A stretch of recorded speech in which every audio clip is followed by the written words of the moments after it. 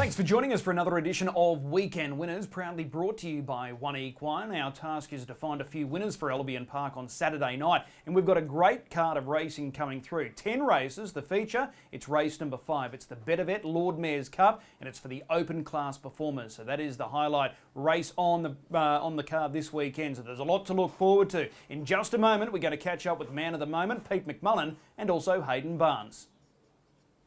Pete McMullen joins us to go through his book of drives on Saturday night, and he's with us now. Pete, really appreciate the time. No worries, Chris.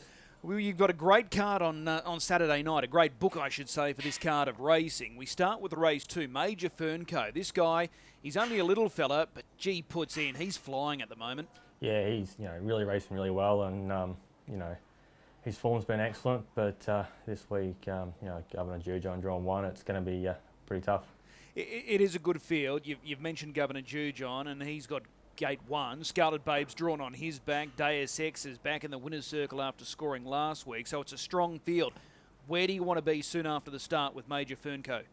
Yeah, look, I think it would be really nice if we get the run line and try and stay nice and close without doing too much work. And there's a couple there that we can sort of take a bit of cover on if we can get across to there. So I think we've got some options, but it's going to be a very, very hard race, and we know he's up to it. It's just a matter of sort of trying to work out a really good trip. Is Governor Jujon the horse to beat? Because for mine, he's been awesome his past 2 starts. Yeah, I think he is. Some of his sort of numerical form is probably not as good as it has been in the past, but his runs have been really, really good. He's been off the track, and his splits have been excellent, and probably just flying under the radar a little bit. Okay, well that's Major Fernco for you. Let's go across to race 4. You've got So Bob's Your Uncle here, and he's got gate 12, the outside of the second row. It's not a kind draw, but this race looks open.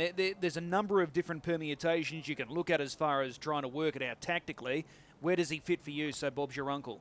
Yeah, the gate stings. Like, last week he had a really good draw and we couldn't quite take advantage of it. But, he's racing really well, and, we're going to have to try and navigate a good trip for him, because he's dangerous with a good trip, but, trying to get that could be a bit harder than it sounds. He looks like he's a cool horse to drive.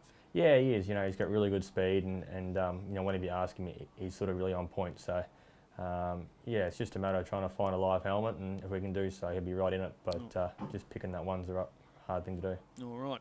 Race number 5, this is the feature, the Betavet Lord Mayor's Cup. Black Sedans, you're sticking with this guy. He was awesome winning last time out. Can he overcome the second row draw and beat them again?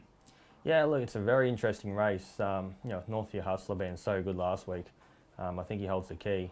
If Turn It Up clears him, it sort of probably shuffles him back a little bit and makes it an interesting race. But really happy with Black Sedans. He can't have done any more than what he's been doing of late. So it's just a matter of probably trying to work out a trip and get him into the race without sort of overdoing it. And it's a very even bunch of opens, as we've been talking about of late. And whichever horse sort of has generally leads or has a really good run sort of wins. But if we can sort of get him in the right spot at the right time, he's going to be hard to beat. Okay. Now, just interesting there, the start with this race. It's going to be crucial. Do you think there is a possibility that Northview Hustler could hold Turn It Up? Well, I sort of thought there was. Northview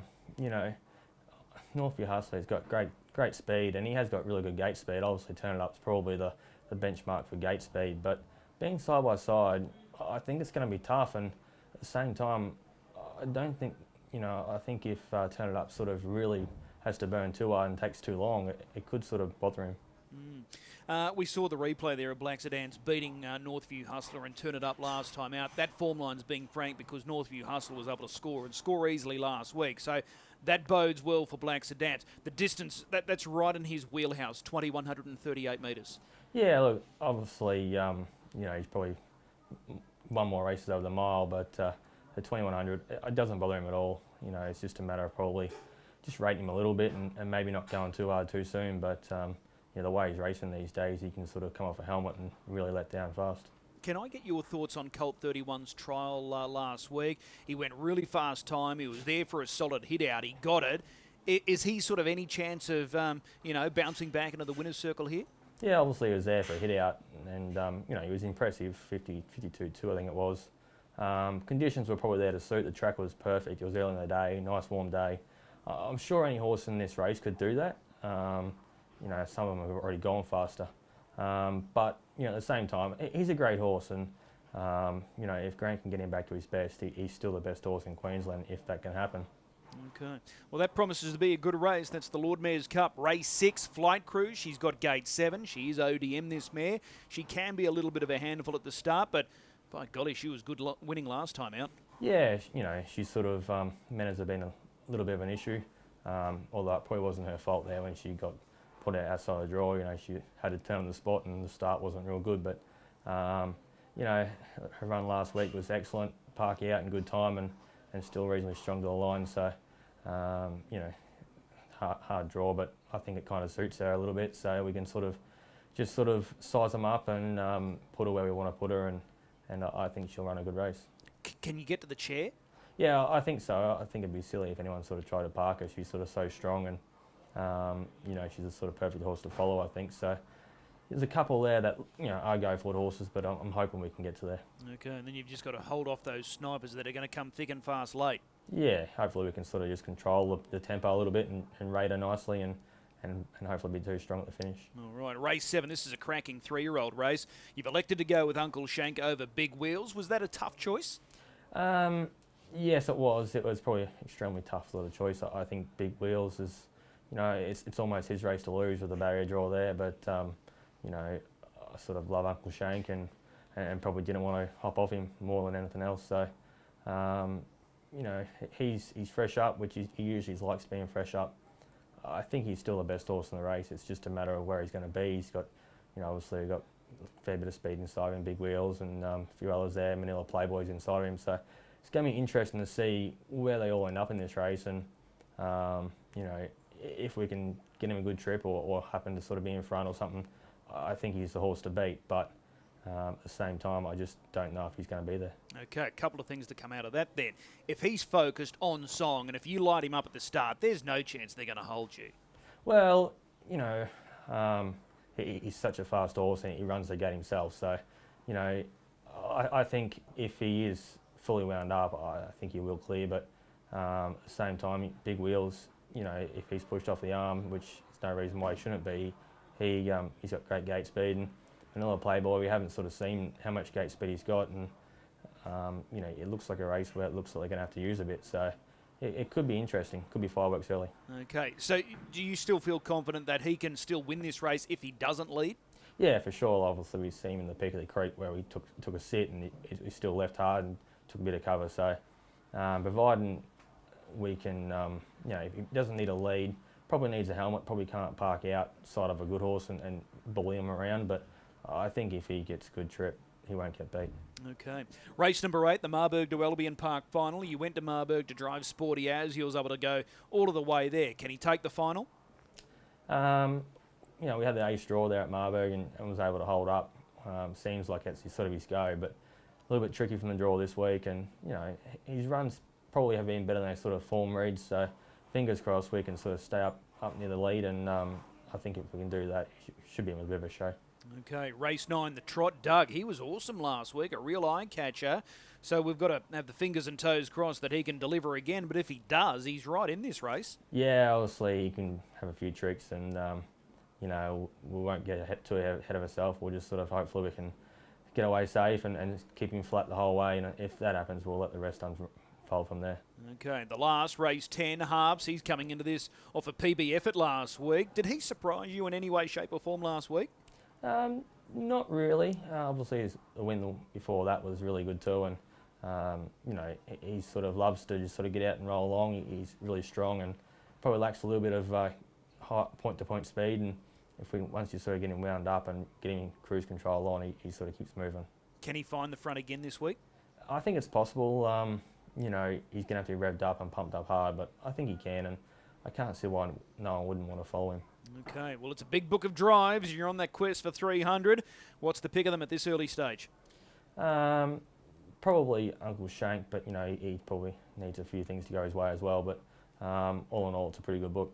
All right, awesome stuff. As per normal, Pete, appreciate the time. We'll see you trackside. No worries, thank you.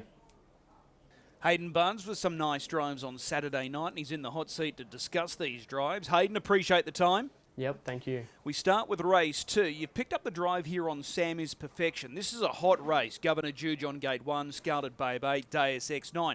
But this guy's going all right, so with luck, he can feature. Yeah, it's a super strong race there. And he's got that nice turn of foot there, which is lethal whenever he seems to settle close enough or get that right trip. You would have caught the run last week, really hit the line strongly when second, so he's fit, he's in form, he just needs that right trip like you outlined. Yeah, that's it. I think if he gets the right trip, he'll be there again. Is Governor Juge on the horse to beat from the draw? Yeah, from the draw, I'd say it would be, yes. Okay, let's move across to race 5, which is our main event coming through on Saturday night, the Betavet Lord Mayor's Cup. The Hustler, he's back. Past 2 runs in consecutive weeks have been outstanding. Slashing run behind Black Sedans 2 starts ago, and then he just buried his rivals last week. Can he go back to back? He's got the good draw to hopefully do that, but you got turn up drawn 2, a little bit of speed out wider as well. So ideally, it'd be awesome to hold the front, but I don't know if we really got the speed to do that. He was so good last week on the front end himself, wasn't he? He was. It's by far his quickest mile. He's a known 21 or 2600 metre horse, so to do that over a mile just probably shows how good he's going at the minute. Yeah, and his sectionals were excellent, and you left a good one who had a cold sit on your back throughout, just lamenting behind you in speeches silver. Yeah, when I had to run that first quick quarter, I thought, well, probably nearly a sitting duck for speeches silver up the sprint lane there, but I give him his head at the top of the straight, pulled the plugs, and he just kept finding more. Okay, now the big question with this race is the start, the gate speed. What are you thinking? Over 2,138 metres, is there any chance that you can hold, turn it up, or does he just get across in a heartbeat? I know last time I got the good draw in one of the feature races, he crossed me quite easily. So, but side by side makes it a little bit harder. As I said, I would love to hold the front, just at what expense is the big question. So if Turn It Up gets in front of you, are you a little bit worried that he might take a sit again? Over a mile when he did, yes, but if that happens, well, we'll have to see what happens after that, I guess. Okay. Black Sedans, the horse that beat you last time you met, he's drawn off the second row. He's going to be very hard to beat.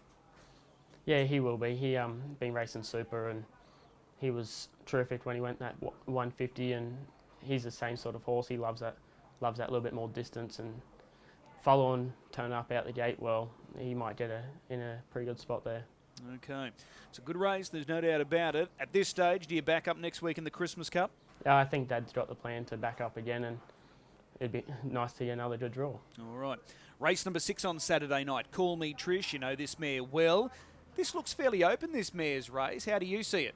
Yeah, it does. She's been racing terrific here at Redcliffe, and she's the same sort of horse. She gets luck every week, and she's normally not far away there. So I think she can get a nice spot there and hit the line good like she normally does. Well, she won't be far away.